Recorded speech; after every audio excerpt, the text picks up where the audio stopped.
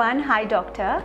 I'm Tina Kakkar, a content creator, a mother and an entrepreneur, and today I have the pleasure of being with Dr. Anuja Pethe, who's a consulting pediatrician based in Mumbai since 15 years. Hi doctor. Hello Tina. Thank you for being here and answering all our questions regarding baby care as a part of Sebamed's initiative for Promising Health and Partnering Motherhood. And today's topic is bathing your newborn baby, which is a big topic for mums to know about. You know doctor, when I had a baby, I was overwhelmed with the information that came my way. My mother, my mother-in-law, my nanny, my friends told me so many things on how to shower my baby, how to feed my baby, how many times I have to wake up to feed my baby. I mean, it was so much information coming my way, and you know, as a mom, you just want to do your best. You want to balance it out. You want to balance the old age methods with the new age ones, also backed by science. So I'm so glad to be having this conversation with you, and I wanted to dive right in. Definitely. So doctor, this is one of my most important and favorite questions. You know, in India we all talk about malish, and my mother-in-law and my mother was so insistent that I start malish immediately. So what is your opinion on traditional malish for babies? So traditional massage is, in my opinion, very important. It is like a touch therapy for the baby, and it has to be done by someone close to the baby. So the mother, father, or nana, nani, dada, dadi, whoever is close to the baby, because it is a time to bond with the baby. Typically, it should be started after the cord falls off, and use a plant-based oil which is non-greasy and quick absorbing, because this oil helps in nourishing the baby's skin, and it will also it is also known to help promote weight gain and overall development. So the traditional massage is very good when done by someone close to the baby. But doctor, I think you brought out such an important point, because I feel like normally, you know, we all dependent on our japa, malish wali, somebody else to give this massage to the baby. I feel like this is such a great point you brought about, where the mum herself or the father or someone in the family close to the baby can bond with the baby while giving the massage. I really think it's a beautiful point. Doctor, you mentioned some points about the oil that we should pick up. Would you like to tell us what is the right oil for the newborn baby?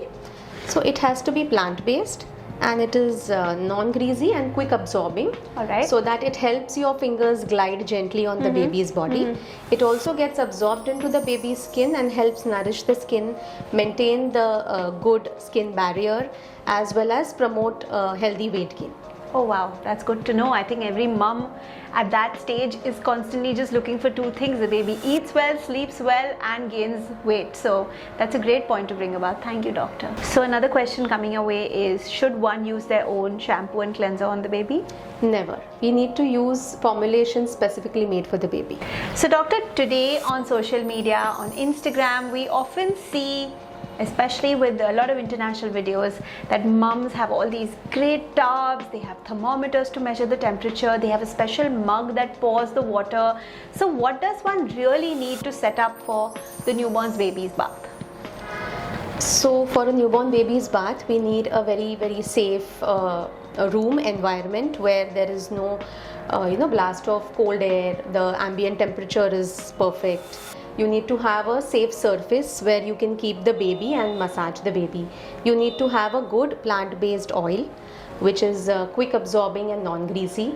You need to definitely have a tub kind of, or even a bucket is fine. Alright. But if you're going to immerse the baby, the tub should be of a lesser height and not more than 5 centimeters of water, because we need to just immerse the baby and avoid mishaps, so the baby should not be left unattended. These days we also get baby bathing chairs, which you can put the baby on that chair but keep holding the baby with one hand, so that your one hand is free to bathe the baby. Yeah. And whatever bath toys, if at all you are using, ensure that you dry them up after the bath and clean them, because moist bath toys can invite infections. Right. So you need to have just basic equipment. You need not have fancy equipment. Even if you have a thermometer, that's good enough. If not, you can judge the temperature with your own wrist or the end of your elbow. Alright. It has to be around 37 to 37.5 degrees, so basically lukewarm.